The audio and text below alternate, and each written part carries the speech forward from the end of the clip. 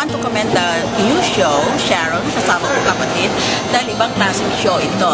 Sa halip na nakafocus lang doon sa mga public celebrities, na kung minsan naman ay wala namang ginawa para sa iba, kung nagpakasikat lamang, ito'y para talaga sa mga masa sa grassroots level na sumisikap na matulungan sila.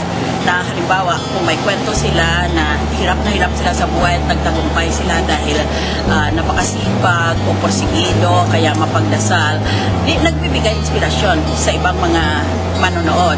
Kaya kaibang show ito at sana'y magtagumpay itong show para mabigyan naman ng spotlight o mabigyan naman ng karangalan ang mga sinasabi nating mga pagkaraniwan o ordinaryong mga tao, pero ganun pala sa likod nila. Meron palang mga istorya na kahanga-hanga tungkol sa kanilang pagsumigasig na mapabuti sila sa buhay. So, I hope you will keep on watching this show and that you will be very successful in the near future.